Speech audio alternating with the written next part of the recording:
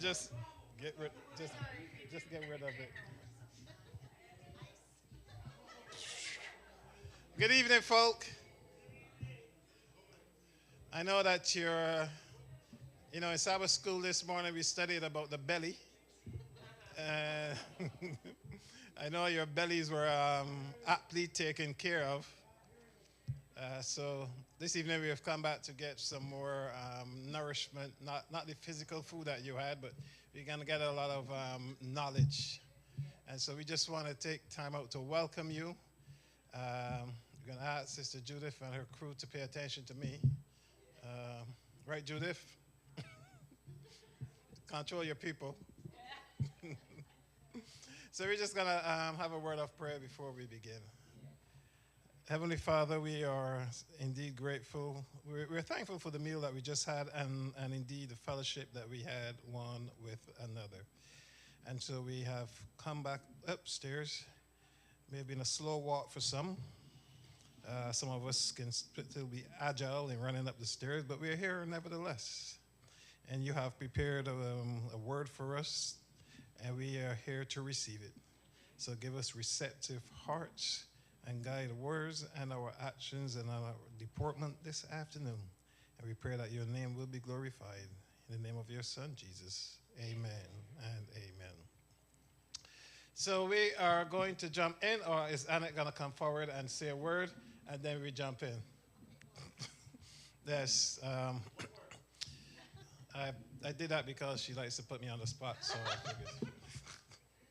So good evening, everyone. So we have some more for you. We have some more in store. But this evening's program is going to be pretty informal. We're going to have Miss Bettina Cross once again, and then we're going to have a panel where we'll field your questions, and we'll just take it as it goes. So she said that she's really interested in seeing what concerns you have, and so we'll do our best to answer your questions.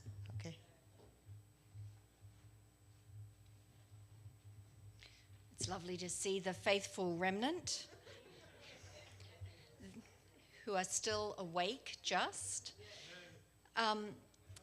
I am looking forward most of all to the Q&A because I want to hear from you what you are thinking, what is concerning you.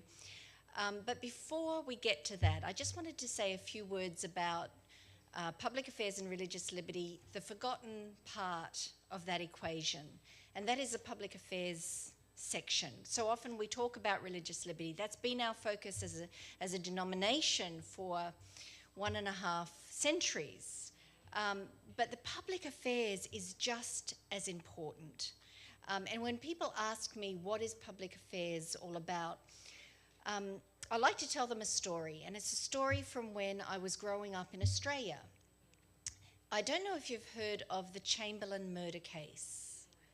It was a case that broke in the 1980s, and it involved a young couple, a pastor, Adventist pastor, and his wife, Michael and Lindy Chamberlain. And they took their family on a camping trip. They went out into the outback. They had a number of kids. They had a 10-week-old baby, Azaria. And during the night, when they were camped out near Uluru, Ayers Rock, as it used to be known, their baby was taken. And, it shocked the entire nation. I remember I was a young teenager at the time, and I remember watching the news with my parents. And the whole country was supportive of this young couple. But then something strange started to happen in the weeks that followed, because Lindy and Michael, they were good, faithful Seventh-day Adventist Church members, but they were kind of naive in that they didn't know how to talk to a non-Adventist audience. And so they were appearing on television and they were saying things like, we're grieving, but we know that we'll see our little girl again. And they were calm. They did not cry on television. And the secular public in Australia did not understand them. And they started to think there's something strange going on here. The media started to pick up on it, and these rumours started to go around that Azaria, the name Azaria, meant sacrifice in the wilderness. Then a rumour started that Michael Chamberlain kept a little coffin in his garage. But guess what? It was true, because he used it as a prop for stop smoking programs. You know, you have a coffin, and anyway, it was misunderstood by the secular public. And the drumbeat of hostility toward the Chamberlains grew and grew and grew and grew. Long story short, she was charged with murder. Her husband was charged with being an accessory after the fact. They were both convicted, and Lindy spent almost a decade in prison before she was finally exonerated completely. There was a royal commission into the case, and it was found that the evidence itself was just faulty. She should never have been convicted. But the point is this: the public opinion turned on a dime, and it turned against them. Why? Because the name Seventh-day Adventist was not known. It was just not well known in Australia. And I remember sitting with my parents every evening, watching the news as this unfolded and thinking, this is what people think of us. This is how people perceive the Seventh-day Adventist Church in Australia. And I remember travelling on the public school bus wearing my Adventist school uniform and feeling very conspicuous for the very first time. I think that we as Seventh-day Adventists, even in a country like this where Seventh-day Adventists are far better known, we sometimes assume that we assume wrongly that people know more about us than we think they do.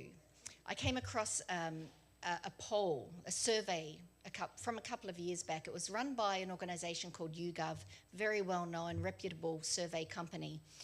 And they did a survey of the favourability ratings of 35 different denominations, Christian denominations in America. So basically, they were asking individuals to say how favourably you would rate each of these denominations. There were 35.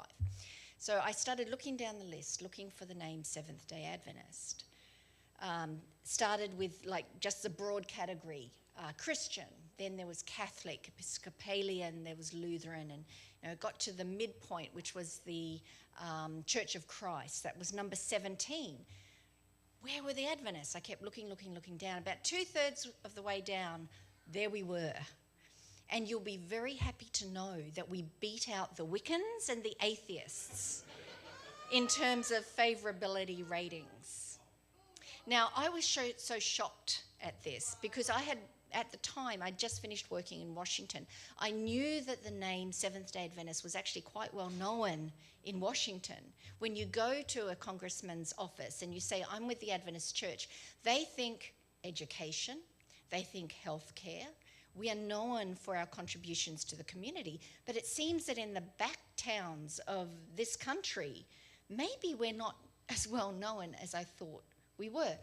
I looked into the study a little bit more, and the researchers said that actually they felt that they believed that it wasn't so much favourability that was being rated, but rather how well known a denomination was. So if someone could not put a face and a name to a particular denomination, they tended to rate it less favourable. So all of this tells me a couple of things. The first is we need to get out more.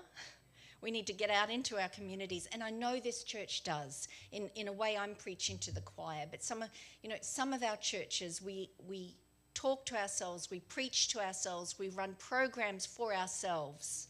We're not opening up the doors to the community and saying, hey, here we are, come, we want to serve you in whatever way you need, not we want you to come and conform to what we are. We need, when someone hears the name Seventh-day Adventist, they need to know a person who is a Seventh-day Adventist. That is what public affairs is all about. That's the public affairs component of PARL. So when you hear that in the future, and you hear public affairs and religious liberty, yes, we are interested in religious liberty. A lot of what our department does is defending people in the courts, especially with Sabbath accommodation cases, advocating with lawmakers on legislation which is detrimental to our institutions. We do that. But our most important task is to make friends before we need friends. And that's the job not just of the division, not just of the union, not just the conference. It's the responsibility of every local congregation and every church member, because people know the Seventh-day Adventists not because of a set of beliefs. They know the Seventh-day Adventists because of people, and you are those people. So that is my little, I guess, hobby horse when it comes to public affairs and religious liberty. I want everyone to understand it's not just a professional thing. It's not something that paid church workers do. It's something that every church member does and every church does in their own community. So with that, why don't we open it up? There's so many things happening in the world of religious liberty these days. So I'll be interested to hear what some of the things are that are concerning you.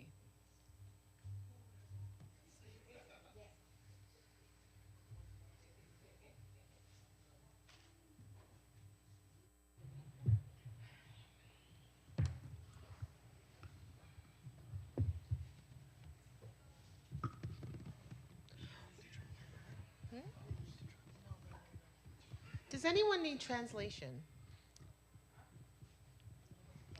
And by the way, I would want to thank.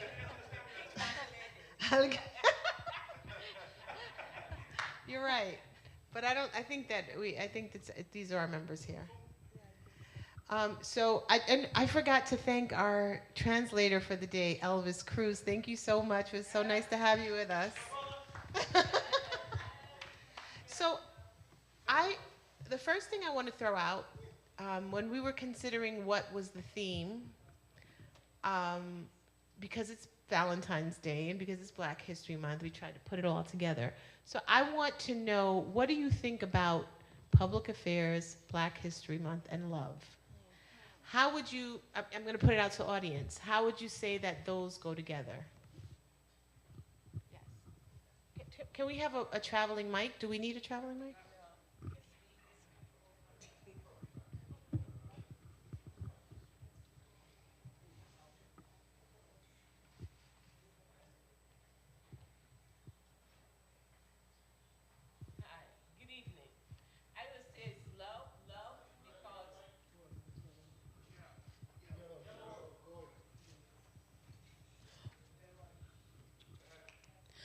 I would say love, because once you have the love of God with you, it transcends into everything, and it would encompass you. It has Sister Cross just speak about love for people, and in the public, in your community, so it would cause you to want to help those in the community.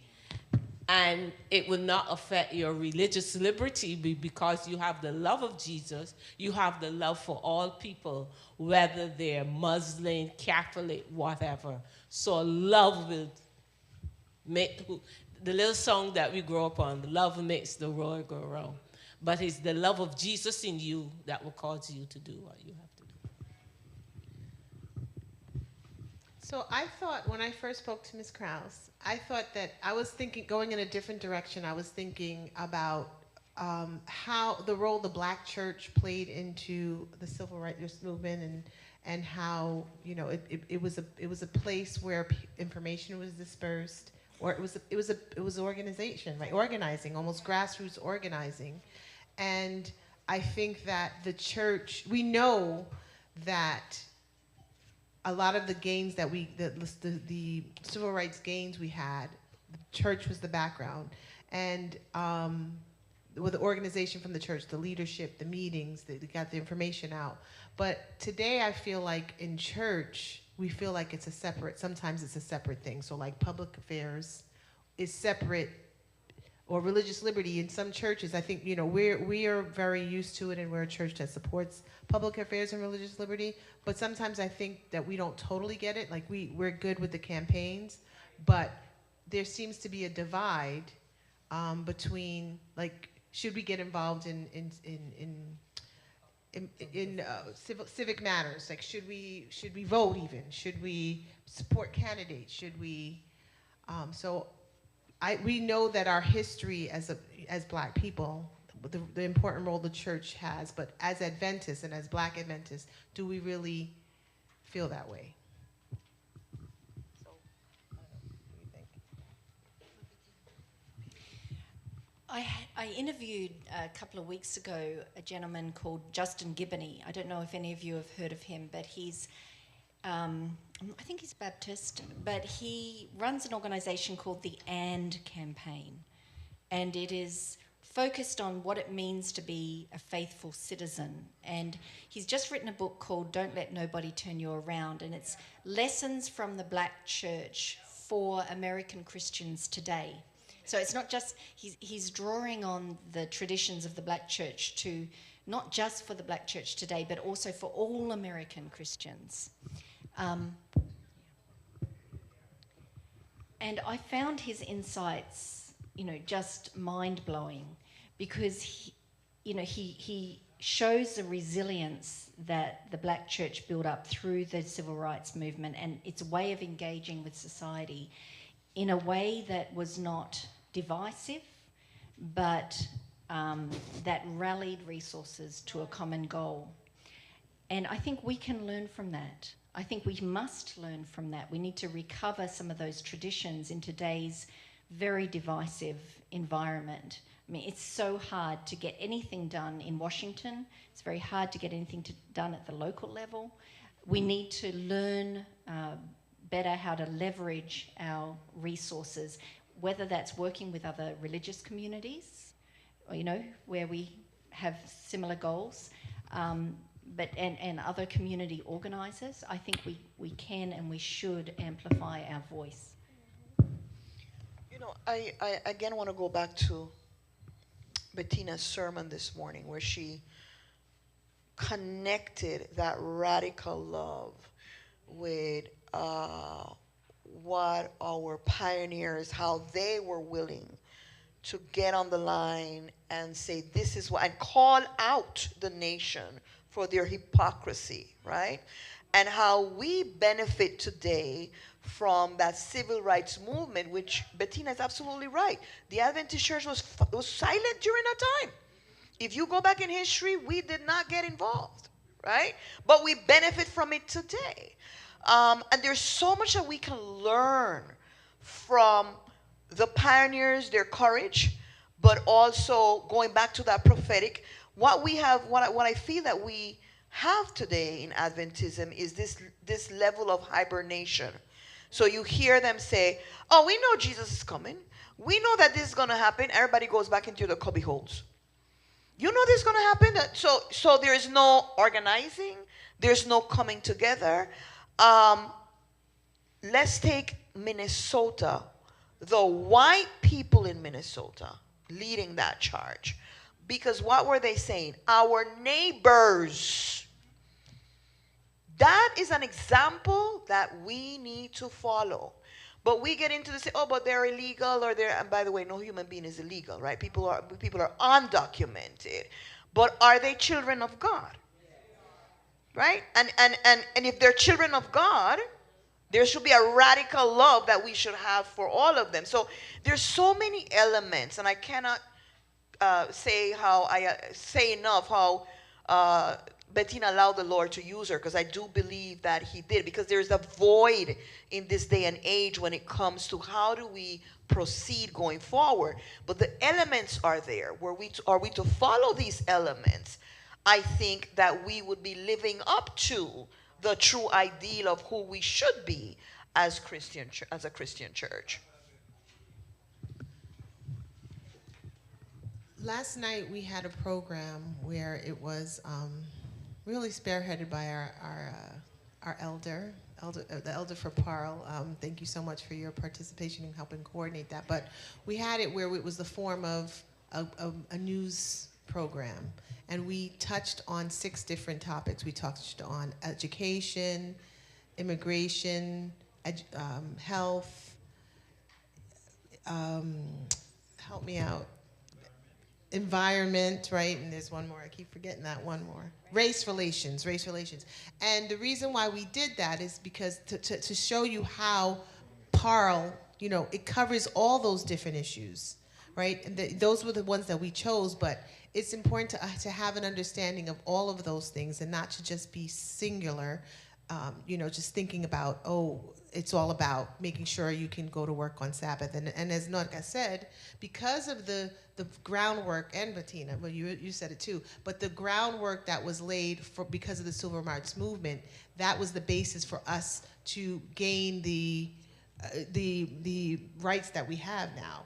That's the groundwork for women's rights and for people with disability, all of that. But I think sometimes, as you said, we think about us versus them. And I feel that in our communities, we expect black people, let's say black people, to be all united. But we're not. We're African, we're Caribbean, we are African American. And I think that it's so important that we get to the fundamentals of the principles that God lays forth. So when you focus on what are the principles. So we had an exercise. Did I ever do it with AY? I think I did it with AY too, but I did it with the board, where it's like, okay, where should you stand? We're not talking about Republican and Democrat, but where should you stand on a particular issue? And looking towards the biblical lens to get a direction. So an issue like immigration, I think people have different ways of thinking. I think if we're gonna be honest, those of us who are here and comfortable, when we saw a bunch of people coming in from Latin America, and it's like, where are they going? Who are they? What, they didn't come in the right way. They should get to the back of the line. Like, we take on the psyche of our oppressors and forget where we came from. We forget what our struggle is. And so I believe that if we stand on the principles, God's principles, and we focus on that, that's where everything becomes clear. But when we're we're gonna side with this side or that side instead of really being grounded in the Word and those principles, that's where we're gonna get swept up, and we become the oppressors. We forget where we come from, and we take on that mentality. We'd like to hear from the audience as well. Anybody have anything they want to share about that? Yes, I see a hand back there. I think the current administration that's in power is giving people permission to treat people ways that they should not be treated. I'm trying to find the right words. I had an experience yesterday. We're not on YouTube, right? No. Okay. I had an experience at work yesterday where I was told that there was a homeless patient in a room, and I went in and I saw a young African American, and he broke my heart. Told me that he took a plane from Maryland to LaGuardia, trying to start over, because he's not making it in Maryland. He's a veteran. And imagine I had coworkers who took an oath when they graduated and when they took their license. And they started to say things like, I should come and get him. And then another one said, he stinks. And another one said, he need to get out of that room because we need that room. And I had to hold Jesus in me to not say what I wanted to say. So I turned around and I said, you're Russian. You don't even speak proper English. I said, you're Chinese. And I just went down the line. I said, how dare you? He is an African American who served in this country. And you're being mean to him. But because the government is giving them permission to treat people wrong. So I called for backup. And as backup would come, a Caucasian lady. And when they saw her, they thought she was going to be on their side. And she says, you know, the two of you are racist. She said, you see the color of my skin on the cover? I'm a black woman. And she said to me, Carmen, can you imagine? Now, we were able to help him. We sent him to a place to help homeless veterans, and we took up a collection and gave him cash. And my boss paid for a taxi to send him there, and so they put him on the bus. And when he left, I could not speak to those people all day because I just saw Satan in their faces.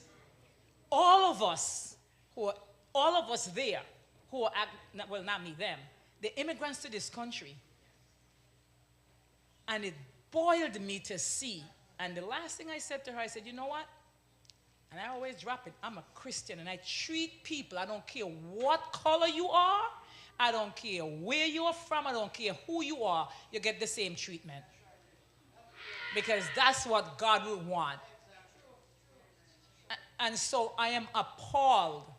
And it's not the first. And I actually, Monday, have an appointment. I'm going to report one of them. Because she told me before she's going to call ICE on a patient. So, just the audacity. And that's not what God wants us to be. All of us in here, there go we, but for the grace of God. And I want all of us to remember that. So you treat everybody the way you want to be treated. I just want to say this briefly. First of all, Carmen, thank you. Thank you, thank you, thank you. Because many of us are sitting in spaces where things like this happen and we choose to shut up. So thank you for speaking up. But Carmen mentioned something important, and I actually had this discussion with my husband recently. John Maxwell says, and you've heard my husband say this many times, everything rises and falls with leadership. Leadership sets the tone. All the toxicity that is coming from the top is dropping on us. You have to make a daily choice to be a Christian and show radical love to everyone. That's a choice you have to make every day. Don't think it's like, it's just going to happen. She made a choice. Carmen made the choice of saying, you know what? Bob, you are wrong. We're doing this. Because in an atmosphere like this, people that you don't expect, you say, but wait, what is this person talking about? They forget who they are? Yes, because this is the atmosphere. It's been normalized. And we start to forget. And we start to want to be comfortable and fall into it. So we have to make a daily choice to be radical and show love to everyone. And stand up when the moment calls for it. I just want to say this session is not being streamed, so it's a safe space. Feel free to be able to express yourself. That's all. So you also raised a really important point, which is the normalization of hate. And I think we need to also address the issue of social media. Yes. Because we're in a new information landscape, and the toxicity that's being normalized. The problem is we also participate because we create our own echo chambers, and we allow the algorithm to dictate what we are seeing and what we are interacting with online. I don't think we're going to know until maybe 10 years down the track just how toxic this social media environment is. I think as Seventh-day Adventists, we should have something to say about engaging with social media and maybe leading the way in helping people understand how they can manage their own algorithm online. I think that's a practical skill that we need to teach people, because you're absolutely right. I mean, I've been here in this country for almost 30 years now, and I'm sure many of you have been here much longer and have been born here. I've never seen anything like the avalanche of just appalling images and comments that we are experiencing today.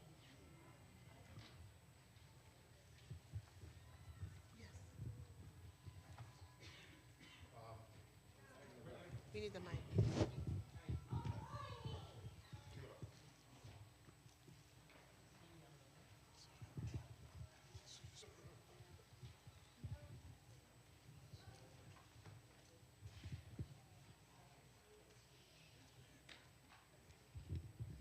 Thank you. I was privy to an article by a local religious liberty leader in Jamaica, Nigel Coke, and a statement apparently that came from him said, Seventh-day Adventists believes in the freedom of every religion, whether Baptist, Catholic, or Muslim. Everyone should have the right to worship on any day they choose, whether Sunday, Monday, Tuesday, and such the like. How can we phrase, for the benefit of the church, the narrative to be able to share with people why we worship on the Sabbath without letting them feel that we want to strip them of the right to worship whenever they choose to? How can we be impactful with the idea that we worship on the Sabbath and we're accepting that this is from God? How can we have that conversation with them without, or where we're not like talking down to them, letting them feel like, you know, how can you? How could you do that? How could you read the same Bible we read and come to that conclusion that you should worship a different way? You know, how can we, with respect? Because I think this statement really had blood boiling. You know, people, like when I saw it at first, because, and I didn't see the complete statement, but I kind of said, you know, it would have been nice that at the end of the statement it said, you know, but look closely at the Sabbath truth, you know, not just to agree and leave it empty, but to at least address it. But, you know, as I thought about it, I'm figuring, how can we speak with people about our conviction of the Sabbath without letting them feel that, you know, they don't have a right to choose whichever way to worship? No, that's a really, really good point. I always say that religious liberty, as Adventists teach it and live it, is all about reflecting the character of God. And God is a God of freedom. He endowed each person with the right to choose, the liberty to choose who they will serve, how they will serve that God. And we need to talk about religious liberty in a way that is not condescending, that doesn't alienate other people, and that does not compromise our distinctive beliefs. And that's a really tricky line to walk.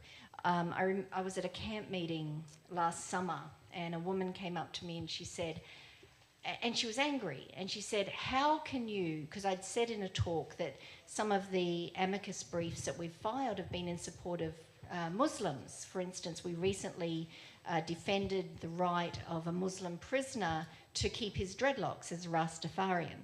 And she was angry. You know, how can you do that?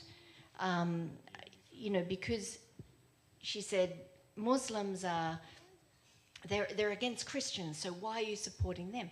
Well, my answer is always, how will they ever know about the God of freedom unless we model that?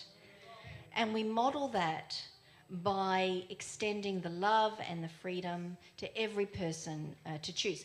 Having said that, of course we have distinctive beliefs, and yes, we should stand up for them. There's an article coming out in the next issue of Liberty magazine that is a book review of Charlie Kirk's new book, which is something Stop in the Name of God. It's about Sabbath. And Charlie Kirk is arguing for a Sabbath and saying it is in, you know, it's God's way of letting humans rest and whatever. And of course, since he was assassinated, you know, book sales have gone through the roof. People have this renewed interest in Sabbath because this political evangelical right-wing person has put it on the radar. The book review that we're running is making the point that if you argue that the Sabbath is, you know, a good way to get rest every week. You're right, but you're missing the point of the Sabbath, because the point of the Sabbath is to point to the Creator God. And, you know, I just see those things linked together. We serve the Creator God. The Creator God created humans for freedom. And so religious liberty and creation and our understanding of the character of God, it's all mixed up there in that bundle, and it has made us unique. I mean, there's not many other denominations that for 150 years has stood up for the right of other denominations whose beliefs are radically different to ours. I mean, it's not as rare these days, but it used to be quite a unique stance. I'm proud of that stance. I think that is, you know, consistent with our understanding of who we serve. You say that that's our stance so confidently, but do we know, did you know that? Do we really know that that's our stance? I don't think that it's known. I don't believe that. So it's refreshing. And, you know, when I met you last year, I felt like you're presenting a God and even our faith as something that I'm aligned with, but I feel like it's gotten lost. And so that's good, you know, that you look into the archives and you're able to bring that history, because we've lost it along the way. I think that by and large, Adventism, as we've been experiencing it, is more, thank God we're not like those people. We're very much the arrogant type of attitudes that the Jews had, that they were better and they didn't want to mix with the Gentiles. I think we have fallen into that, which again is the us versus them. And so we need a revival in that way, for people to be clear. Are you clear that we are also, are you clear that people should have the right to choose? You know, even if it's to choose to not follow God, right? Because we said, you know, we defend people you can have your religion, you can believe God, but what about, are you willing to stand up for someone to have the right to not embrace God at all? Can I also just say that there's an issue of self-interest here as well, because yes, on principle, we defend, we file cases on behalf of people who are not Adventists, who have beliefs that are different to ours. But the self-interest is that when we strengthen the constitutional protection for religious freedom, it benefits us. I mean, that's just the cold, hard truth there. And so even if you can't get your head around the principled reason for why, and I believe that should be our primary motivation, then at least we need to acknowledge that if we want strong constitutional protection for our minority religious beliefs, then we have to support the minority religious beliefs of other people as well.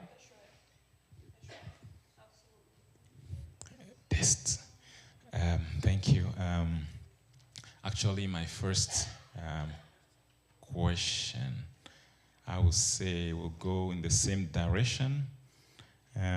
How do you reconcile religious liberty and the system, the biblical system, especially in the Old Testament, where you know they don't have any choice, right, to worship the God that they want to worship.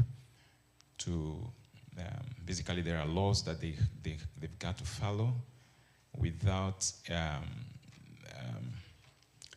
any chance of, you know, trying to worship another God, right?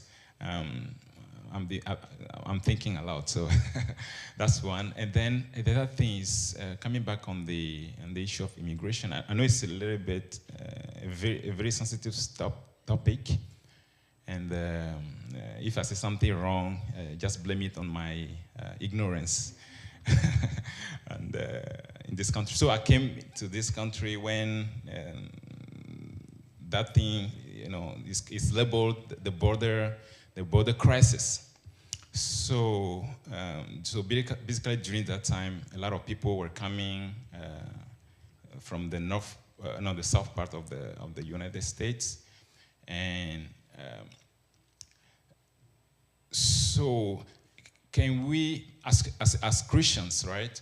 should we draw a line between the policy, right? The policy of protecting the border and how we treat. I know there might not be, the policy also influences people who came here and who are here, of course. But as a policymaker, let's say you are the president of the United States, for instance. You love everybody. God asked us to love everybody. Would you, as the president of the United States, open the border, to accept everybody in the country? Yeah, maybe yes. Okay, thank you. I think you're talking about I think it's two totally different things. Like you're talking about national security, right? National security versus open borders.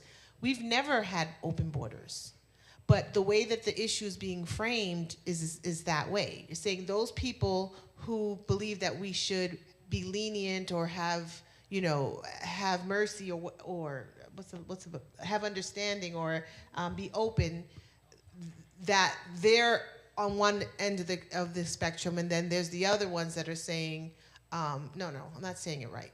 So there's that. We should having mercy and saying, hey, having due process.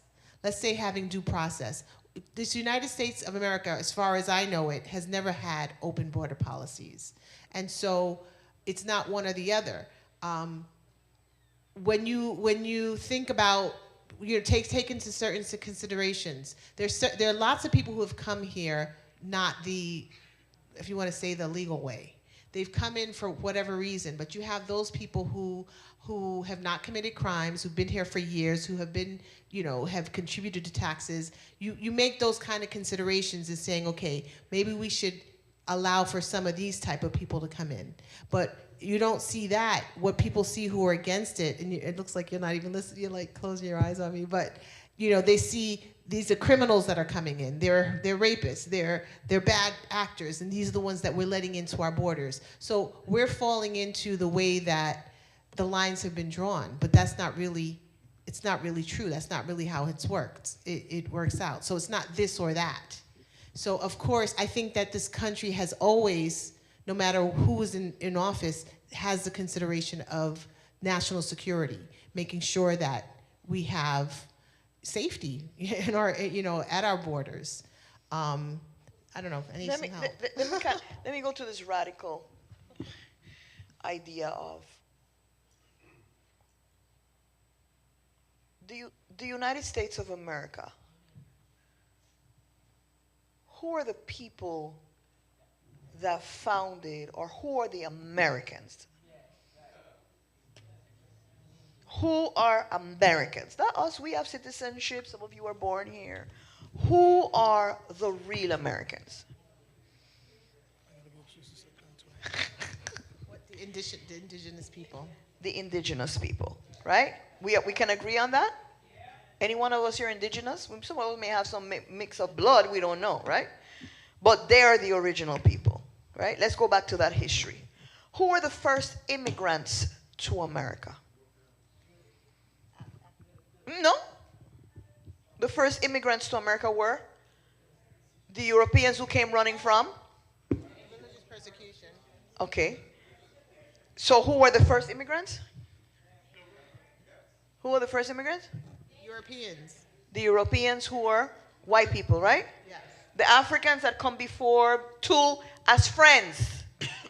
Because if you go back to Van Sertima, he talks about there was a connection between indigenous people and Africans who traveled and they learned from each other. They didn't come to take over.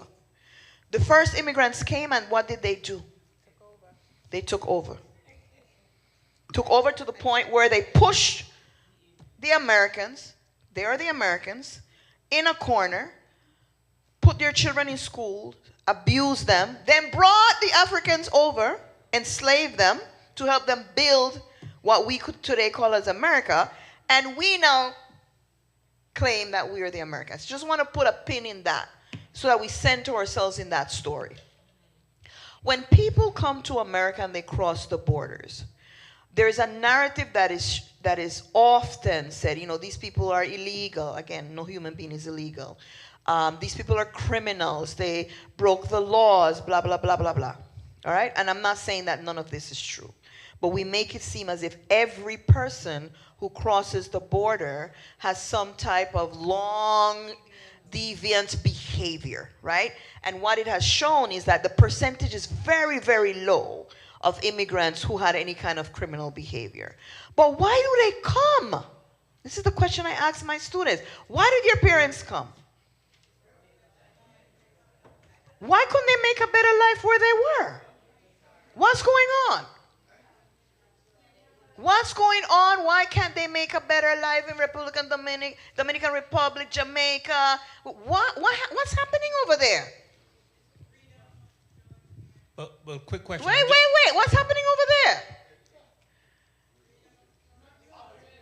There's poverty and lack of resources, lack of opportunities to study, corruption. And a lot of that, go back into the histories of those nations. Where did all of that start and how did it start? Colonialism.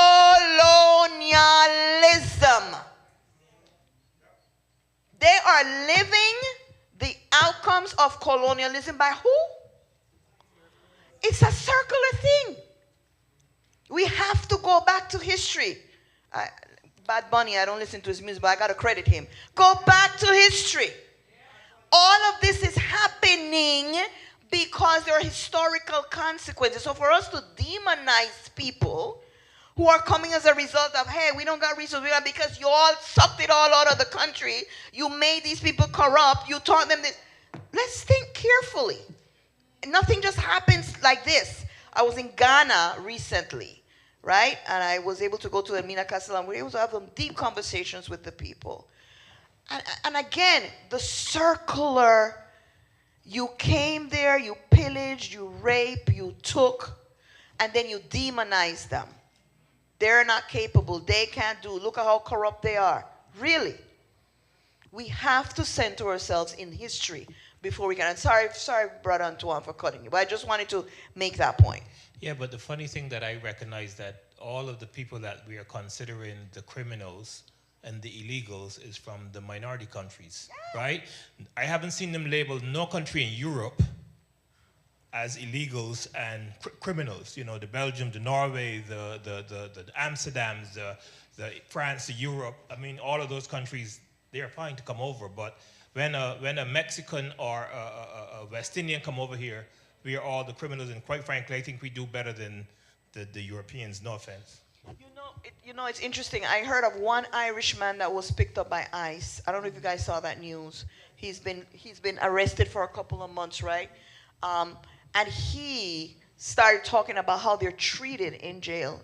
Now the government, I think Ireland is trying to get involved to try to see how they get him out. This one white man, I mean, there are probably others, but at least we know of this one white guy. And he is talking about how they're, not him, but how the others are treated, right? As less than human. And he's saying, wait a minute, these people, whatever crimes they did to come into this country looking for opportunity, they don't deserve to be treated this way, right? So we have to center ourselves and question the narrative that we're hearing and we see on social media. What is the deeper dive of these histories, why this is happening? Nothing happens in isolation. There's always a circular reason for why these things take place. I couldn't agree more about needing to understand history, because it's history that allows us to interpret the present. And it's almost like America has not learnt.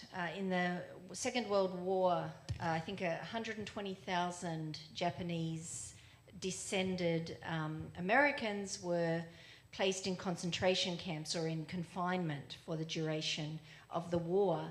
At the time, the Supreme Court, the US Supreme Court, ruled in favor of that, said it was a legitimate thing to do. Since then, it's become one of the most shameful eras of American constitutional history. I think To understand what's happening today, we do need to understand history. I also want to pick up on a point that a number of people have made, and that is the erosion of legal due process. If your heart is not moved by the human plight that we see unfolding around us, then perhaps our hearts will be moved by the fact that the erosion of legal due process is going to undermine legal due process for everyone. Right. The strength of legal due process in our country depends on how we treat the least of these among us, the people who are most vulnerable, the people who have least popularity in our country. If legal due process, if we say, oh, these people are not worth going through the full extent of the law and allowing them the opportunity to have all the legal defences that everyone else has, then we are undermining our own constitutional protections in the long term. And I think history bears that out as well.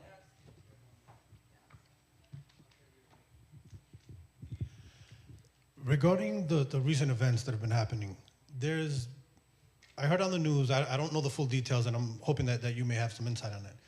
But it's my understanding that ICE was given certain provisions where they don't have to have a warrant now. They can just arrest based on their opinion or their feelings, something like that.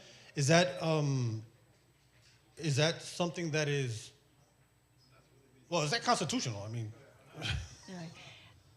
Okay, first disclaimer, I'm not an attorney in the US, so there you go. But there is a difference between administrative warrants and judicial warrants. An administrative warrant is issued by the executive branch, so it's basically the hen house being guarded by the fox. So when ICE or any other law enforcement agency gets an administrative warrant, it does not have the same constitutional, as I understand it, constitutional heft as if you have a judicial warrant, which is issued by a separate branch of government. And I believe the Supreme Court is going to take up that issue. If it's already worked through the district courts, and I believe the Supreme Court will be taking up that issue. You know, are administrative warrants valid in these enforcement operations? Constitutionally, personally, I do not think that they are valid. Right. This was months ago, and things are changing so fast, so I don't even know what the latest thing is, but you don't have to follow an administrative warrant. So if someone comes to your door and flashes an administrative warrant, you don't have to honor that. You don't have to obey that. And can you just elaborate on it? Because I think that's my original question. Like, what advice you have when you see that happening? Like, what do you? The thing is, it's education. So there was even PARL, the Northeastern Conference, had a workshop about it with attorneys and explaining, where they actually showed us two different types of warrants. If it's a judicial warrant, it is signed by a judge. If it's an administrative warrant, it is not. And up until what I know, you don't have to follow that. But how would people know? So it's education, and that's why it's important. And just to state, we have at Corona, we have a WhatsApp group for those people who have expressed interest. It hasn't been that active. I kind of got a little discouraged, but I do invite you to join. It's a place where information can be sent and we can be vetted to make sure. People send me things all the time. Is this true? And so education is important, and it's my desire that we have a group from Corona that have reliable sources that you can, if you have questions, you don't only have to ask me, but we have, we have that dialogue going, and we have a place where we can share information, because that's important. So as far as I know, up until what I know, you don't have to follow it administrative, but people don't know. How would you know that? But I think what I heard was that they didn't need a warrant. Now that's the new thing that's come up. Yeah, like there was a whole thing on well, not a whole thing. What I heard was a recording of an ICE agent saying, forget about warrant. We don't need that. So get that out of your head. Just open the door. Let us through. Something like that. And he was enforcing, saying, forget all thinking that we need a warrant. We don't. I don't know about that. I don't. Where did you see that? No, I heard on Tilton. Oh, well, and that's Those are another thing. recordings. There's so many lies, especially with AI now, that you have to No, this really. 1010 wins, like the news radio. Okay, it was always on 1010 wins. Okay, well I haven't heard that. I actually heard that, and I heard that was a discussion that was being had because things might have changed and people are not aware. But I did hear that. I wanted to switch a little bit just to ask this question. No, and I do. Let me go back. We need to be informed and we need to be aware. I think that having a WhatsApp group is great because you can get the information right there at the moment. And maybe even if something is happening, they can always put in, hey, this is going on right now, like what advice do I get? I think that those are ways in which we need to organize. This is like grassroots organizing, right? So that we're all aware and we're all on the same page and we can help each other out. But I wanted to ask, I don't know, Bettina, I heard about this Adventist lady who was, she was on her way to church with her children. She was a refugee, asking for refugees. She was arrested. Right. So I wanted to know, and I think that's when North American Division put out a statement talking about we must respect humanity and so forth. And that case really brought it home to me that oftentimes we feel that we are immune. Like this is happening there, but it's not going to touch me because I'm praying to God and God. Listen, these people are out to get anybody, right? So what is the church, what is the stand of the church when it comes to members being picked up by ICE? What do we do?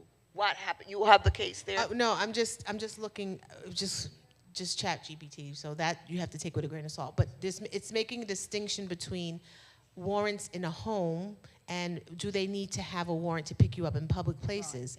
And so that's a difference. Even now, like they just need probable cause in public, and that's what police officers need now too. If you're picking up somebody in the street, you don't need to have a warrant. You need to have okay, so there's a distinction. So when you have a warrant, it's actually going into somebody's home. That's a private space. That's different. So maybe that's the distinction. But that's just a quick view. I'm going to research it.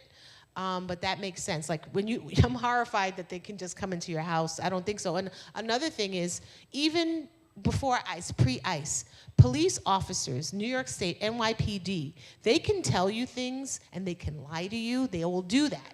They'll say, oh, just come down. It'll be just real quick. You'll be able to go back home. They can lie. And that's why, Miranda, being read your rights and all that stuff is so important. So in order for them to investigate or to get whatever they want, they can lie. So not everything, they do what they do to get what they get. And they could even lie and say that you have been Mirandized. So we don't know. We don't know the tactics, but I'll look that up. That sounds very strange. The rapid expansion of ICE also means that agents are not well trained. That's right. They do not have the legal grounding that previous training has included. So I'm guessing that a lot of mistakes are being made, intentional and unintentional.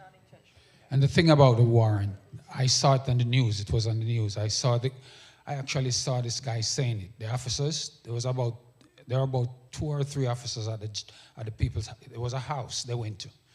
And there was about 2 or 3 officers at the house, and they says that they don't need a warrant. I actually saw it on the news. Because they said it doesn't mean it's true. No, I'm not saying that it's true. I'm just saying, I'm just concurring with what the gentleman says. They could actually come to your house and tell you they don't need a warrant. They can say that, but you have to insist and say, no, you need a warrant. I know my rights, and I refuse. I'm not going to let you entry. Because if they say that and you let them in, that's it. You open the door. They're saying that the federal government, certain section of the federal government, don't really need a warrant to make an arrest. That's what they're saying. That's what they actually say. There is, I wish I had the reference with me right now, but the PARL director in the North Pacific Union, ANG, and look up immigration, what have you, and you should get a YouTube link that goes to their webinar. Andre used to actually work for immigration, so he has a thorough knowledge of all of these issues. Steve Allred worked in immigration law for many years, so he also does. So, as Annette was saying, we need to be informed. We need to educate ourselves. We need to make sure that the vulnerable people in our congregation have the access to the information that they need. So what role is the Adventist Church playing, since some of our brothers or sisters might not have all legal documents? And for instance, if one Sabbath we are having service and I showed up, what role does the church play? What do they need to know and what do they need to do in order to protect our brothers and sisters if I should appear at the door? I don't mean the running eyes, I mean the eyes. Bettina, let me just show the statistics. 26% of Adventists are immigrants. We're not sure what number is undocumented, but we actually have a higher percentage than the national. The Adventist Church runs on immigrant membership. Agreed. And also, because I read earlier this year, I think is down out Minnesota and those areas, that our church has lost a lot of its members because churches are closed down. Yes, because most of the members there were immigrants. And they're afraid to go to church because of what is happening now. So what role, are we doing? Because, you know, we have a tendency to bury our head in the sand when it comes to certain things, and we don't speak out. Yeah. So what role are we playing for our church members or our brothers and sisters that may not have the legal papers for here? Yeah. You're absolutely right. One of the very first things that this administration did was to change the enforcement policies to get rid of the idea of sensitive locations. So up until at the beginning of last year, churches, houses of worship were off limits for ICE enforcement activities. Sanctuaries, yeah, any house of worship. And this administration said, no, we have the right to enter these sensitive locations.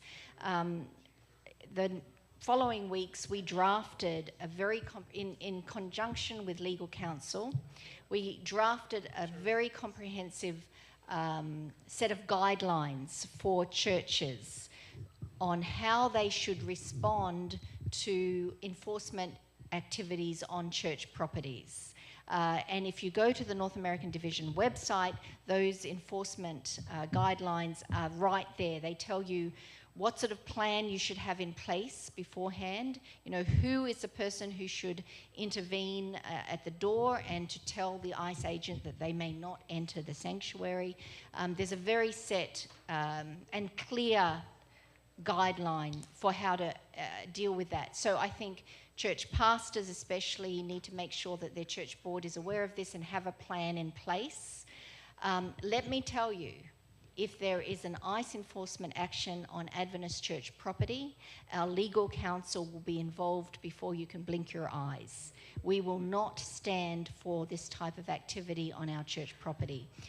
But in a broader sense, we also need to look after our brothers and sisters because, as you say, we are in America an immigrant church. We have the distinction of being the most ethnically diverse religion in America. That is something to be proud of.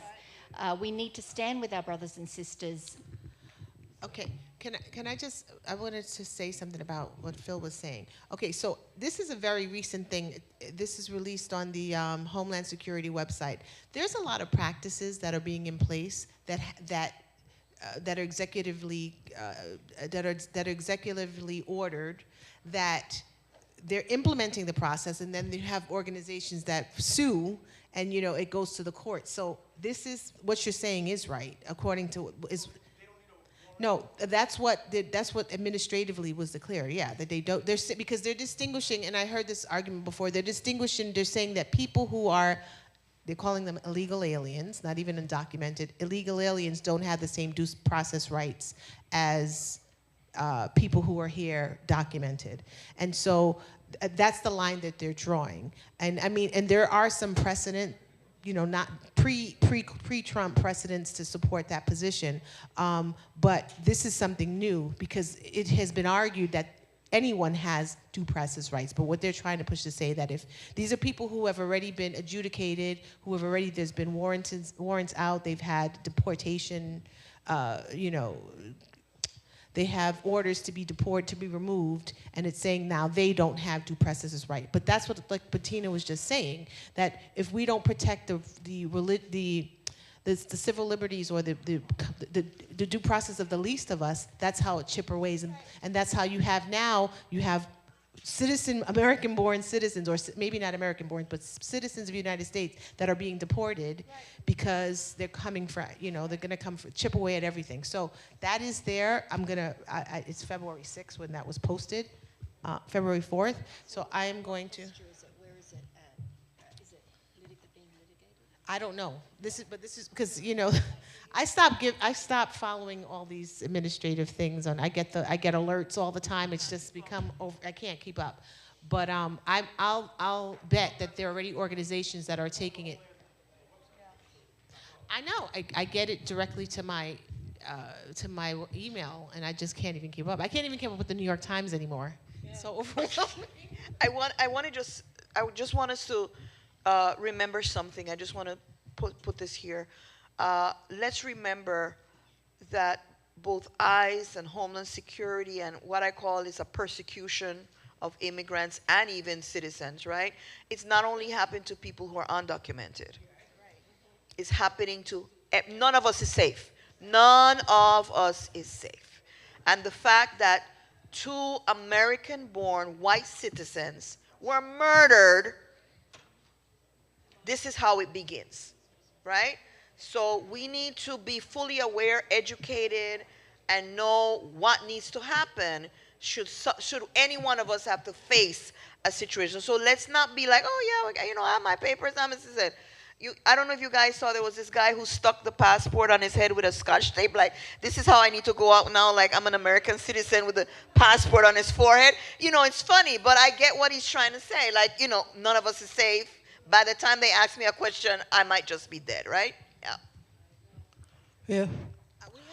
None of us are immune. We are not safe because a few weeks ago, I think I was targeted because I usually protest and go up to Albany for Operation Safe Street and Housing. So I was coming from work and I was targeted. I was on the 23 bus and they just swarmed around me and pulled me off the bus. But because I had my proper ID, they released me. Yes. I had the proper ID, driver's license ID. So those who don't have it, please get it. And that is illegal. Where's the probable cause? Why did they single you out? But you see, the thing is, this is how the current administration was able to slip right in, because we're not seeing ourselves as our brother's keeper, and so we're supposed to have the compassion and for the least of these. And are we going to be like Carmen and stand up and speak up? Because we're going to be called on those things. And how many of us just turn the other way? Even we have young people in here. Can you guys share some of experiences? Have you had any kind of experiences at school or anything that you've come across in the media concerning these issues? Oh, okay. Yeah, I'm sorry, Brother Speedy. Yes. We, as you have said, Sister Gail, if ICE shows up at your door, they need to have a judicial warrant. On the street, they could stop you they just suspect. Even though a lot of them are doing it on the basis of your race, and that shouldn't be. But you don't want to find yourself in their hand to turn around and put up a fight. I just want to make a point here. As it relates to this church, Adventist church, or any church, this sanctuary is public. Because anybody is, you open your door, you can come in. Anywhere you serve the public is public property. So they could come in there, and what they try to do is to question you, allow you to, and sort of force you into resistance and so forth, and they have all the reason to take you in. That's not true. Well, that's not true. That is not true. Which part of it is not true? That this is public. This is private property. It's not public. They do have, if anybody can walk in here to church, it's public. If anybody can walk in here to church, it's public. No, it's not. It's well. They are. No, there's a distinction between public areas and so let's say, for instance, it can have a distinction where if we have our front doors open and people have access, that area could be considered accessible to the public. But if we have the sanctuary doors closed, they don't have the right to come in here. Okay, and if do they come in, yes or no? No, you don't. You call me. You call somebody, the elders. Yeah, but you will already be in their hands. No. They can't come in. If they come in, you could ask them to leave. They don't have the right to be here. They just arrested. Yeah, you can ask them to leave. They just arrested a reporter in the church. But that doesn't mean that it's legal. There's all kinds of illegal things. That's the point happening. I'm making. They don't care about the law. Okay. And the understanding or the training that I've gotten so far is that for the church, as long as you can walk in here, it's public. Anywhere that you can walk in is public. And as far as this church is concerned, the place where they cannot come in is if you have a gate, and they have to go through the gate and come in. Even in our basement, if we are allowing, like the soup kitchen people to come in there and they follow in there, it's public. No, it's not. That's not true. Okay, let me put this to you. If you have your door unlocked and someone can come into your house, does that make it public? No. Okay, what's the No, difference? I just said, just because somebody I just said that if they are coming into your house, they have to have a judicial warrant. And this is also not public. Okay, this is not a public space. The cook is, okay, but they do come in. They do come in. Okay, all right. But you also have the right to ask them to leave because it's not public. Yes, but they're not leaving. Yeah. They're not leaving. So, and just for the record, if somebody wants to gain access, call me if I'm here. And and if I'm not here, we should have we need to have a protocol of how to handle it. And I would hope that they would leave if you're there. But the way I understand it, the training that I've been given as far as the public is concerned is that walking into this church, they can come in because it's a public place. Brother Speedy, I think I understand what you're talking about, the tension of what is going on and what they're not following. Right. They're not following the rules. They're not following the rules. I want to go back to, I don't know how many of you know, we were at Shiloh Church, what happened with the police that came into the church and hogtied one of our young people. Yeah. The young people were practicing, the choir was practicing. This young man, a friend asked him to park the mother car in another street. He parked the car. He didn't have a license. When he came out of the car, he saw two cops, got afraid, started walking quickly. Cops started running behind him. He ran into the safety of the sanctuary, ran up to the church. They came all the way up there, took him, hog-tied him, took him down. The elder came and said, hey, I'm an elder. What are the... They didn't care. They took him, had him in jail. He had a seizure that night. It was terrible. But the case was won precisely. They did not have the permissions to come. And an elder said to them, I am the elder. The pastor's not here. Can I help you? What can I do? They went right through. That's right. Right? But they were placed on administrative leave. And there were repercussions because of that, because they were not doing it the right way. Right. They can't just walk into a church and do that. Right. There are certain privileges given at church, but they're not following it. I didn't know that story, and I thought it was going to go the other way because it's different if they're in hot pursuit. If what he's doing and they have probable cause to think that he's committing a crime and they run away and they're in hot pursuit, then they can enter without a warrant. So I'm glad that it turned out that way. Because the probable cause was that he's walking quickly? No. I'm saying I was scared that you were saying that he was running away and they ran after him. But I mean, so I guess they didn't have probable cause. The lady testified to, I told him to move my car. So the question probably turned on: did they have probable cause, and were they in hot pursuit? I want two things. One is regarding what I think Brother Speedy is saying.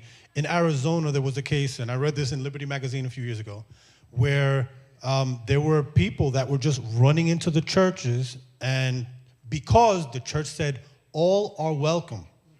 And people were coming in there and they were making a ruckus, and some of them, right? And they said, no, we need to keep these people out. And when they called the authorities, they said, but you're welcoming everybody there.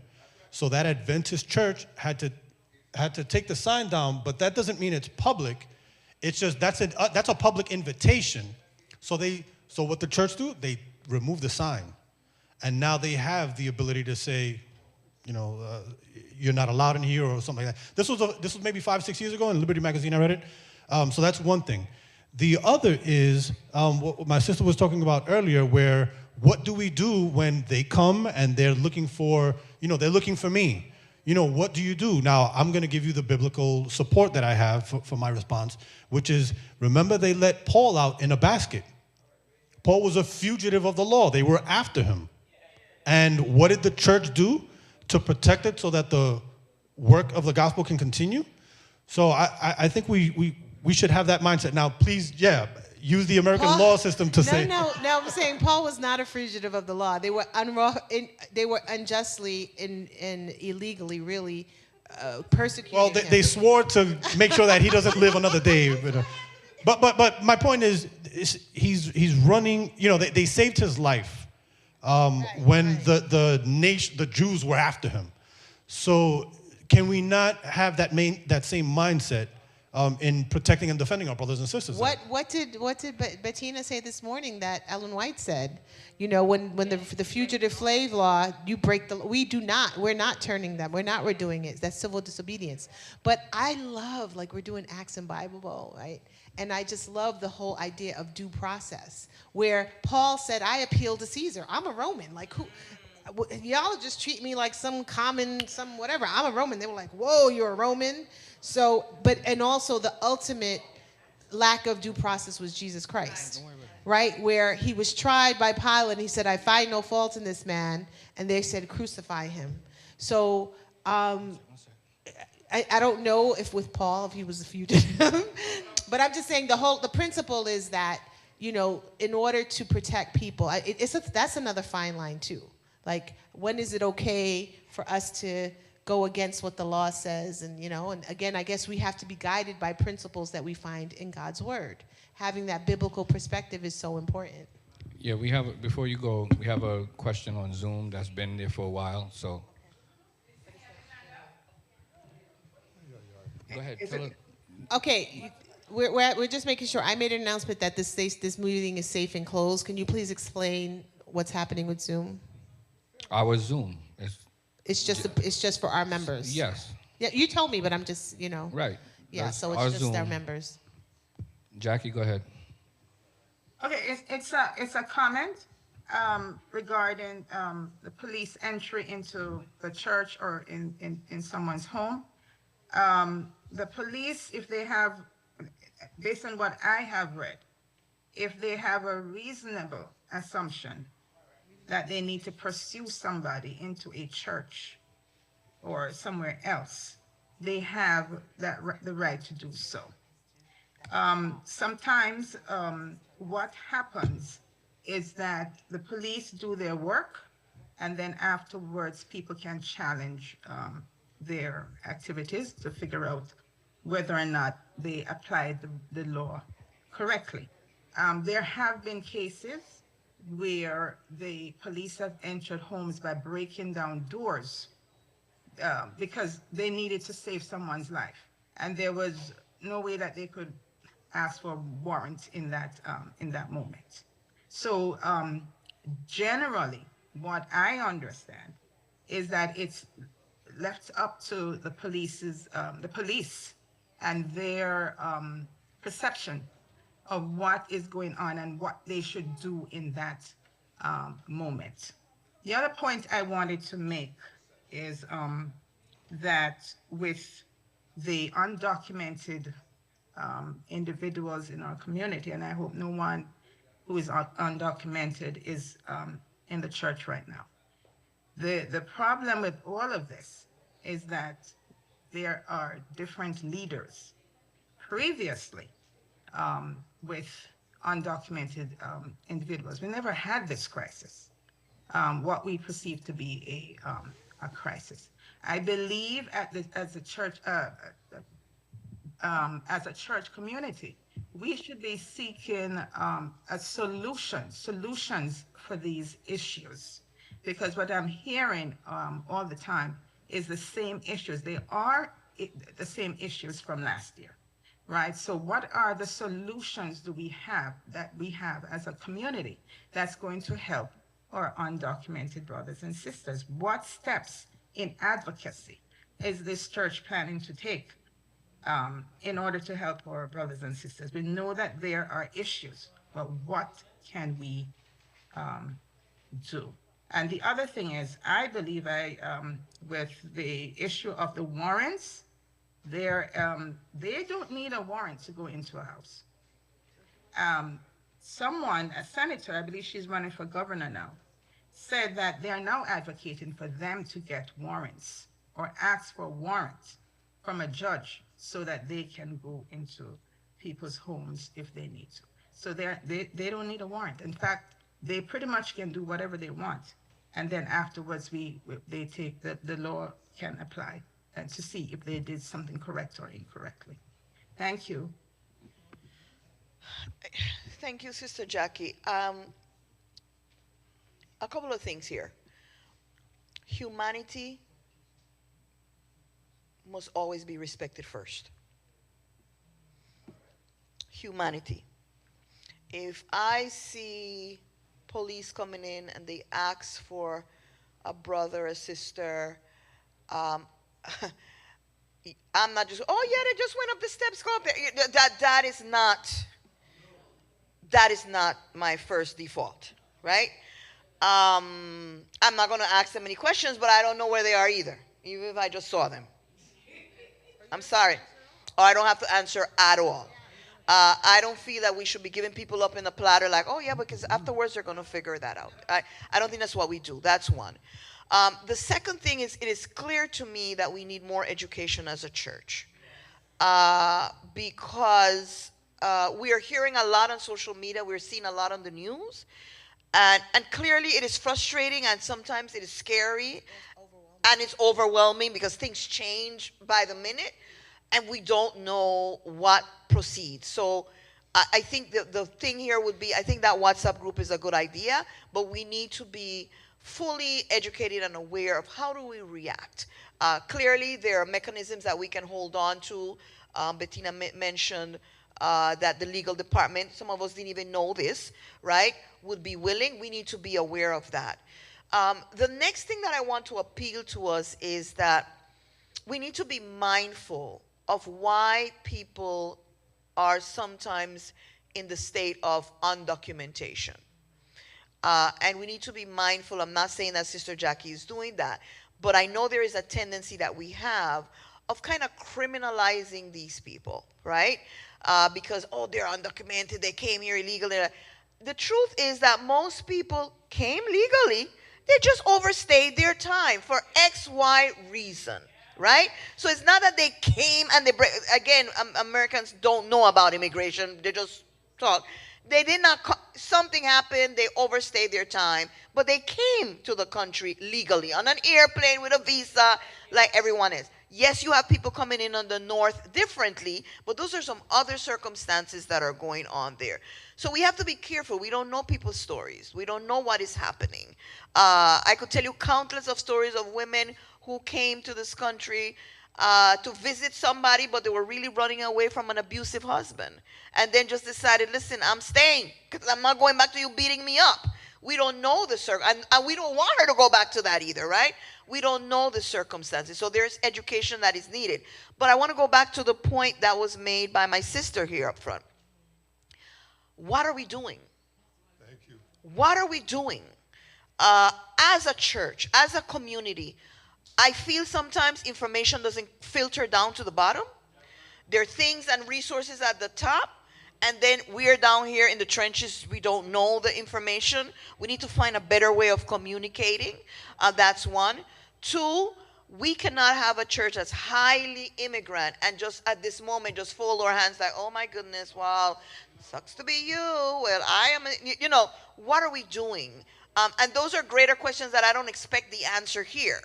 But I expect us to advocate and appeal, because we do belong to a conference, don't we?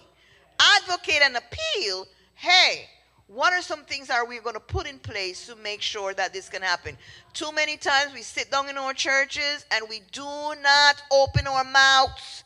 We go to these meetings, we don't say anything, and business goes on as usual, and we're down here suffering. So my appeal to you is that open up your mouths, appeal and advocate, write a letter, sign. What are we doing about this situation? Because we have members in our churches who fall in these categories. I have to say that the Northeastern Conference has been doing a lot. And we have to, they've been doing just education, information. They have. That's what I'm saying. So that's me. That falls on me. No, I'm saying I have to figure out how do we do that. We have a WhatsApp group. So you can join. We have people. It's open to the membership. I mean, I'm not going to put it, I don't think it's, I'm part of the Macon B. Allen Black Bar Association. We have an organization, a group, and then we have those who are interested in these matters, because it becomes spam, it becomes overwhelming. So if you express an interest in these kinds of things, please let me know and I'll add you to the group. Because then it's just spam, unless you have a real interest in knowing those things. Wait, Simeon wanted to say something. Simeon, are you still there? What did you want to say? He had his hands up, and then I'll go to you, Elder Burton. Simeon, what were you saying? Oh, okay, so go ahead, Elder Burton. Simeon doesn't have a mic. Okay. You hit on certain things at the end that are important, and I'm going to underscore a couple of them. First of all, personal experience. 3 weeks ago, at about 6:45 in the morning, I live in a 2-apartment building. The bell was ringing, and at a frantic pace, and I have a loud bell. Now, the person downstairs, the landlord, his mother lives on the first floor. She's 92 years old. Okay, so on our own separate places, we were sleeping, and I was startled because it was so loud. So I'm rushing to do, what am I going to do? Because I'm in a fog, just trying to wake up. And eventually, I got to the door, and I got there before she did. There were 2 police cars, and there were 3 police officers. And, I don't know if they're police, who they are at this point. And they were banging on the door, and in my first impulse was don't answer. But then I saw the cars, and I said, this may be a little bit more serious than I know. So I opened up the door, and she said, did anybody come here? Did anybody come here? And then he called out the address, and he says, do you have anybody else in there? And this is the lady. She's 92 years old. And I'm shaking myself. And she's standing there really in a state of shock. And so she says, does anybody else live here now? She said, no. She said, is there anybody here? We said, no, in our apartments. And, I could see the police officer, the lady officer, trying to look past to see if she could see anybody running in the police in the apartments. And, we held our ground and just stood there and said no, and no, and no to everything that they said, which was the truth. But as they left, I said, I feel so vulnerable, all right? Because, and that's what I think Speedy was hitting on. The fact of the matter is that even if we know all the rules, Even if we know all the rules, people get killed. And that's what happens. You put yourself in that situation. Is it my time? I think, and the other thing that we need to understand is that a lot of times we also sectionize the groups. If it's a group that we're not part of, we don't worry about it. If it's Spanish, it's Spanish. If it's black, it's black. If it's white, if it's Irish, whatever. That's the way people are. We look out for ourselves. And a lot of times, I think that that's why there are no real solutions. Because, we say the church, like Annette said, and she's right, that we need to do certain things together, come up with things that work. But how many of us do really talk to each other as a group? Forget about male, female, black, white, etc., that we understand that anybody at any single time could lose their life. And I'm not trying to dramatize it, but it's the truth. And I know talking to people in this community, even talking many times I've talked to Sister Kibi about teaching in this community and about people screaming and hollering because kids have been pulled out and you feel like you can't do anything. So we've got to come up with something, even if it doesn't seem to be that significant, that will make someone think, how do we handle situations? Because, ladies and gentlemen, we know we're living in the last days as it is, but even if you don't know the last days, this world has changed. It doesn't care. There are people who have animalistic type of mentality towards violence, towards hurting people, and if we don't come up with something, God forbid, we may be burying our own. And I don't want to say that to scare anybody, but it's real. And unless we have discussions that go to the next level, whatever the next level is, because I don't know. But whatever it is, we've got to think about how we're going to handle, even how we handle our children when they're in the street, especially when the weather gets warmer and they're going out to play. Whatever, we have to think about, rethink all of those things. What is safe for our children? Because that's going to change too. How does it work for school? Et cetera, et cetera, et cetera. But I hope that I'm just reiterating the points that have been already been made, that it's more serious than you think. Can I say something too? I heard Sister Richard just said this, and it's something that we do subconsciously. We don't think about it. Like, let's say, for example, somebody come here and say, I'm looking for Timothy Boyce. You just say, oh, he's in church. Do you know who that person is that's looking for Timothy Boyce? You don't know who that person is. One Sabbath, myself and Sister Farner was outside, standing on the sidewalk talking. This guy came down looking for a lady in church, and he was boiling. I mean boiling. He was boiling. He wanted to do something. I don't know what he wanted to do, but Sister Fartner talked him off the ledge in Spanish. And he calmed down, but he was furious. And we didn't let him come in because we saw the anger in his face. And when you talk about my brother's keeper at my job, I don't have to go into work, physically go into work. But my coworkers, there were at the time about 5 of us, and one was an Adventist brother that I work with closely. After George Floyd, my boss never gave us Martin Luther King Day off. I don't care because it doesn't affect me. I can take whatever day I want off. But the workers, he didn't give them the day off. I made it a point to go into his office every day. And I said, you have to make a change. And the last thing I said to him was, you know what our family thinks of you? We think that you're racist. And he quickly, the next meeting, I had an epiphany and I had a enlightenment, and going forward, we are going to be giving you Martin Luther King Day off. So now the company has Martin Luther King Day off because I fought for my co-workers. So when you say, am I my brother's keeper? I was an immigrant from Barbados that came here on BWIA September 24th, 1992. And now I'm a U.S. citizen. But it doesn't mean that I don't feel for the immigrants that's coming. So all of us here, because we have our little green card or our passport, it doesn't mean anything. We can still be shipped home. They can find a way to ship us home. So let us be our brother's keeper, and when people come to this church asking for people, find out who they are. What do you need? Before you just go and bring the person to the treasury office, because I'm going to lock my door. Don't bring them upstairs. Oh, I got one. Thank you. Can we hear Simeon? Does he have the mic? Okay, anybody, can we hear from some young people? Technically, I've aged out. Hello.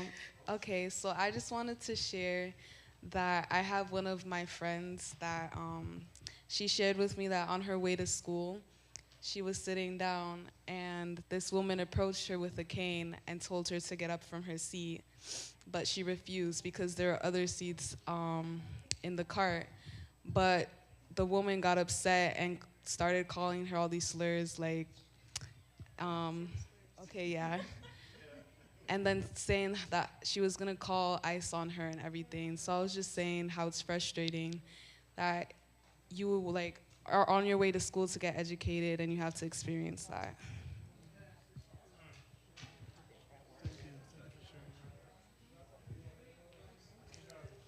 Oh, I can go? Okay. So thing one, I was at a Thanksgiving project last year, and one of the young people there said she heard something on TV and she didn't know how to respond. And I honestly didn't have an answer for her at the time because I didn't really know what she was talking about. What she said was the president had said something about like, I think it was nurses or nurse technicians or radiologists or something about declassifying that profession. And she's actually in school studying that at this very moment. And she was so stressed and so confused by the idea because at that moment I hadn't heard about it yet. And I was like, can he really do that? Because it's one thing for him to say it today for it to go into effect tomorrow, but all these things take time. Like, can he really just, you have all these people, they work so hard, they're taking out student loan, they're currently paying student loan off to get into these jobs in these specific classification. He can't just get up one day and decide, okay, a nurse's degree isn't worth anything anymore. Is that really his call to make? So that's thing one. Thing two is I was reviewing a few articles because I have family in these particular situations. I have to follow it closely. And I saw two things. One, that the DH, believe, forgive me if I misquote, but what I understood was the DHS was somehow moving to be able to either get into people's house without a warrant, like they're doing something to do that. They're trying to do that. I don't know if they've already have or if they've officially gotten permission to do so.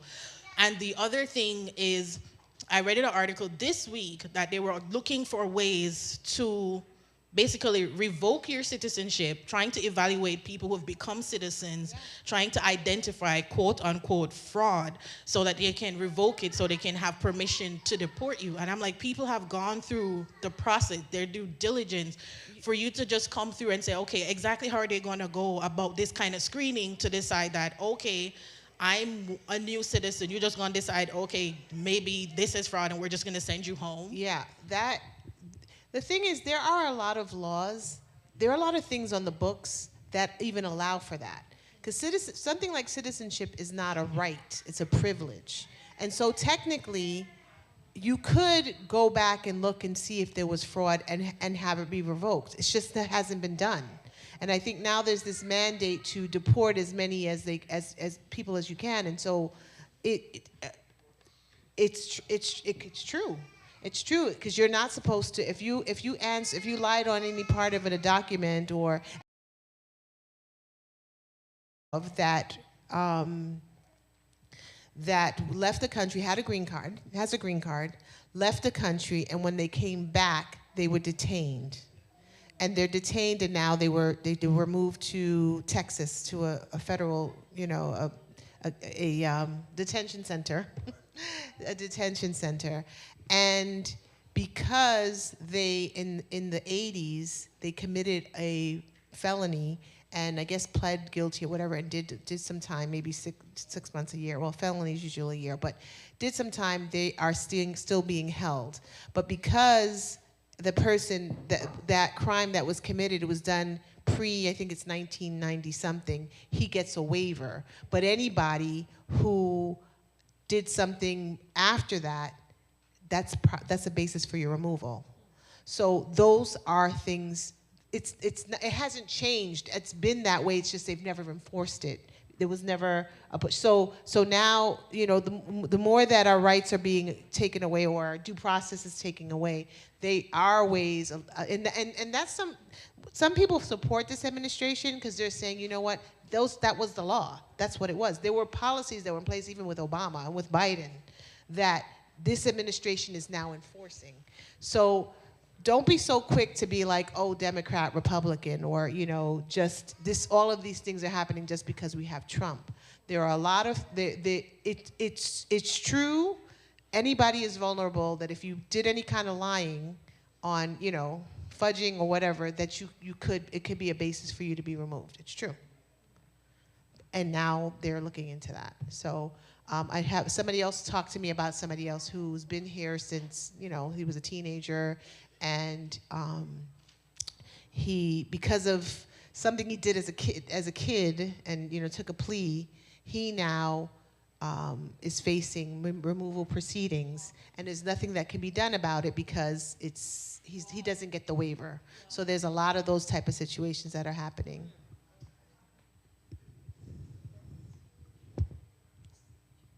Okay, so we have, before we go next, we have 8 minutes left to wrap up, so we'll take some final questions and then we're gonna wrap up.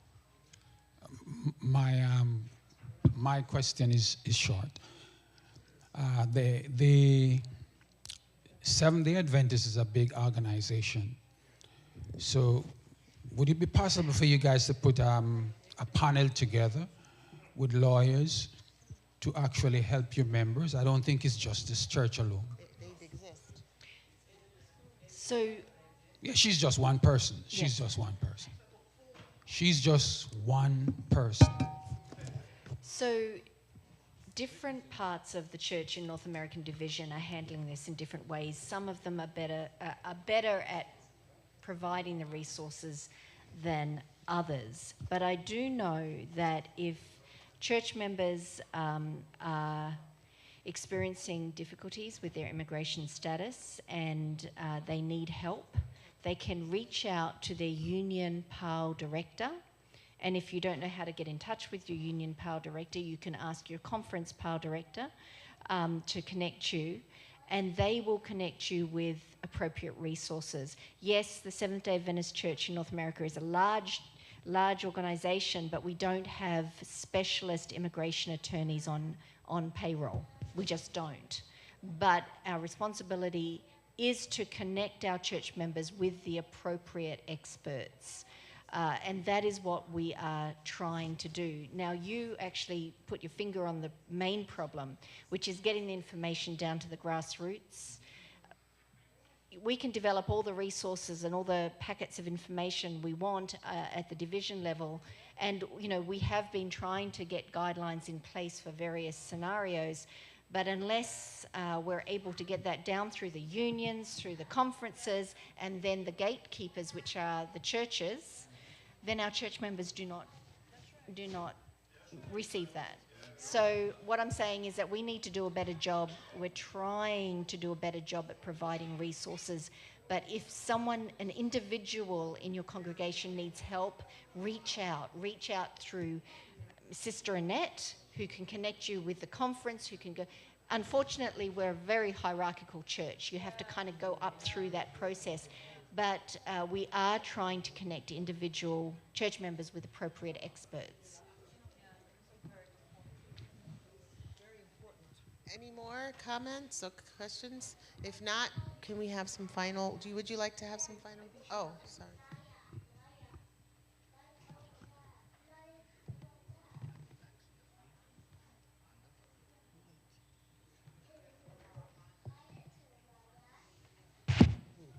We have two hands here. Who's first? Who's first?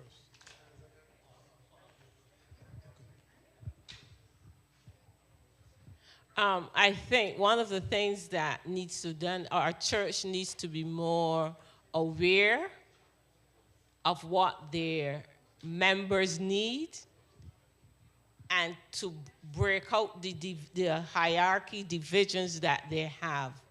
Because we still have a black and white thing. We are church, we are people of God, but we still have a black and white thing.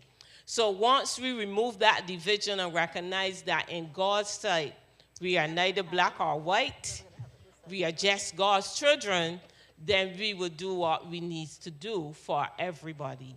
And the last thing I want to say is to thank you, Sister Cross, for taking the time out to come and inform us. I enjoyed the day, and I pray, God, that our church would find more time to educate our members of what needs to be done now in these situations, because we are immigrant church and we have some people that might not have the right documents.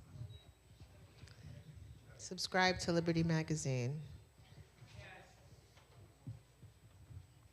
Dovetailing on the idea of coming up with things that could work, working with the Education Department and Religious Liberty, I would hope that we could find something that would pull discussions that involve the young people to be here, some activity that we can get specifically focused to them, because a lot of them don't think it's as bad as it is.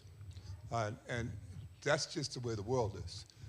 Most times people react to things when they see something visceral, something that they can touch, and touch sometimes can be very negative, like that lady who they're looking for, the mother of that actress or whoever is, and they've been looking for her for how many weeks now?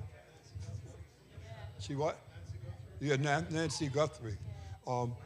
That's, for that community, it's real.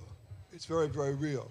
But I also wanted to add, when we're talking about what happens to people who do something wrong, I had a student that got arrested. He was about maybe 17 years old at the time, and it was about 8 of them. And his father was a police officer, and you know, of course, he tried to use his connection, and everything looked fine. He got arrested. Eventually, they released him, but then they found out, here's the thing, he was not born in the United States. He was born in another island and came here as a baby and never knew that he wasn't a citizen. So that when he got arrested and they looked up everything, they deported him to the island he was from, not knowing anybody that was there. I think he had some second cousin or whatever. And what helped him was money, because there was a group that over here supported the legal rigmarole that he had to go through. And eventually, 3 years later, they were able to release him from one of the holding places that they had down south. But that's very important, to let your young people know who they are and where they're from, so that nothing can happen to them that's a shock. Because a lot of times things like that happen, and the young person has no idea what's coming on for them down the pike. So those things. But I really do think that perhaps we could arrange something to do some kind of forum discussion specifically made for young adults and young people, so they can get, if they have questions or they have experiences, we can help them. I'm looking at Annette, one of the things. Okay. Well, I'm just going to ask 2 final comments from our panelists, our distinguished panelists, Norca and then Bettina. I'll have Bettina close out, because she's going to let us out on a high. I do think that spaces like these and moments like these are very valuable, because I am going away with a lot, thinking about how there are gaps that we need to close, especially the gap for communication. I don't think we're doing as good as a job as we should be in informing our members. I'm also coming away with that idea, and I'm back to Arnold Burton, about we need some type of drill script as to how we're going to deal with should someone come to the doors of our church, right? Because we should not at that moment be scrambling, what do we do? Call the first elder, call the pastor. What do we do? Every member should know what is the drill, what is the script if something like this happens, right? So I think those are like practical things that we need to come away with and think about. I also leave concerned about the fact that we are not stepping up to exemplify to the world that radical love that we purport ourselves to have. I do believe that there is more that we can do as a community, and it has to start with us loving each other more, and we need to spread that in our community. These are not the same times. I keep telling people, this is not the America that I came to 25 years ago.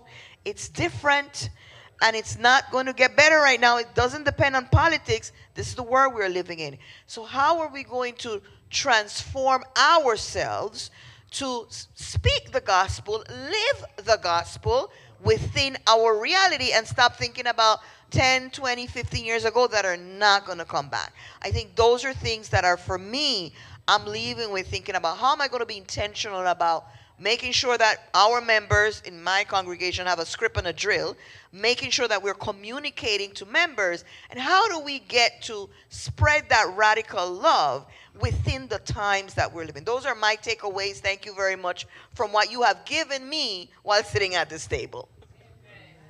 Can I just say amen to that? And that's it. I've learned so much this afternoon, and I think what I'm going to take away most of all is that church leaders need to do more than just talk about the gospel that we all embrace. We need to come up with practical ways of showing how we're putting that into practice. And we need to communicate better to not just unions and conferences, but to churches and individuals that they are valued. Every individual is valued, and every church member is valued regardless of their immigration status, regardless of who they are. We need to put some skin on our abstract commitment to radical love.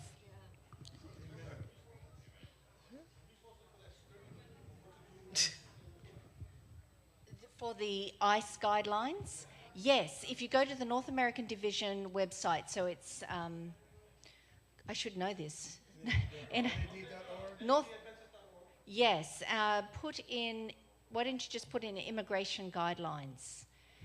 And it was issued last year along with the appeal for human decency. We gave them out. Yeah. We gave it out last year. So this is, but we need to just really, like, we were all hot and sweaty and all this was happening. I was doing a monthly newsletter with updates, and, you know, we just got to get back to it. So it was drafted by legal counsel. Yeah, it was in a packet. conjunction with PARL. So yeah, it was a packet. Yeah. So I just want to, you know, as in closing, I want to thank all of you who stayed with us throughout the day. I want to thank my PARL team. Everyone participated in some way. Thank you. Elvis, again, for being our translator. Norika, thank you so much for everything you've contributed today, and especially our special guest, Bettina Krause. What a privilege it has been to be with you, and you know, we just pray, lift you up, and just we're so grateful for what you contribute to religious freedoms, to just the idea of civil liberties, and just spreading the gospel as it should be, right? Tearing away all the layers and the barriers, but the raw gospel, and that's that radical love. Thank you, everyone. At this time, I'm going to ask Elder Boyce, our elder, to close with prayer. Oh, wait, is he supposed to be doing Vespers or something? Oh, okay. He's going to do Vespers. I thought it was the elder on duty today to do that.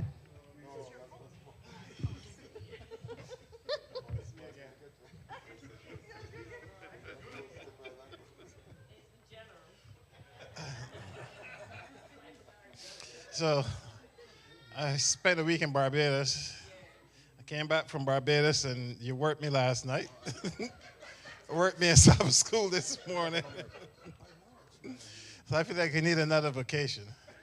So I'm not gonna be long. We talked today about today was the Religious Liberty Day, and today, you know, is also Valentine's Day. One day celebrates liberty, the other celebrates love. And John 3:16 says, "For God so loved the world that he gave his only begotten Son." And so that tells me that because of love, we have liberty. The two go hand in hand. So If we continue to spread love, or if we continue to celebrate Jesus and display the characteristics of love, then it's easy for us to appreciate liberty and value it. And so we just want to, as we go forward throughout the week, we just need to be conscious about what's going on around us. And in our lesson study this week, we said, do not be anxious for nothing. And it's there in the Bible, not just as another phrase to just gloss over, but it's true in its reality. We serve a Heavenly Father who is capable and who has proven himself time and time again. So don't be anxious, don't be fearful, but be aware and speak out and put your trust in the Lord. Let us stand for prayer. Heavenly Father, we are so grateful to you for who you are and who you've proven yourself to be. And this world is yours. You hold it in the palm of your hand. So despite what may come our way, if we continue to put our trust in you, we know that we can make it. We aim to make it, and you want us to make it. You have prepared a place for us, and we're just sojourning here for a while. But while we're here, may we represent you. We are preparing to be citizens of your kingdom, and the prime characteristic of you is love. God is love. So help us to show love, demonstrate love, not to those who we think deserve it or to those we just like us, but to those who we subconsciously feel are beneath us. Love to everyone, our fellow man. You created each and every one of us. We are all your children. So help us to be loving to our brothers and sisters. May we remain faithful to you, so that on that great day when you come, we be able to look up and say, this is our Lord, we have waited for him. So as we go through this coming week, we pray for your guidance and protection. We thank you for sending our sister Cross to us, and we pray that you'll grant her traveling mercies and bring her back at the appointed time, because we know we have just scratched the surface with her. Thank you, and thank her for trusting in you and allowing you to use her. And again, for blessings throughout the coming week, we anticipate and we thank you in the name of your Son, Jesus. Amen and amen. Thank you so much, everyone. I know we have had a long day. So on behalf of the PARL department, I would like to say a big thank you for staying with us up until now. And we pray that you will have a safe journey as you make your way home or wherever you'd like to go at this time. I just want to remind you also that our services continue during the week. We have Tuesday with our man cave, and we also have Wednesday, our regular Wednesday night services, on Friday, our family night services. So thank you again on behalf of the PARL department. Thank you for staying, and thank you for, just staying back and being a part of this program. And we hope that you will make it home safely as you go. Thank you very much.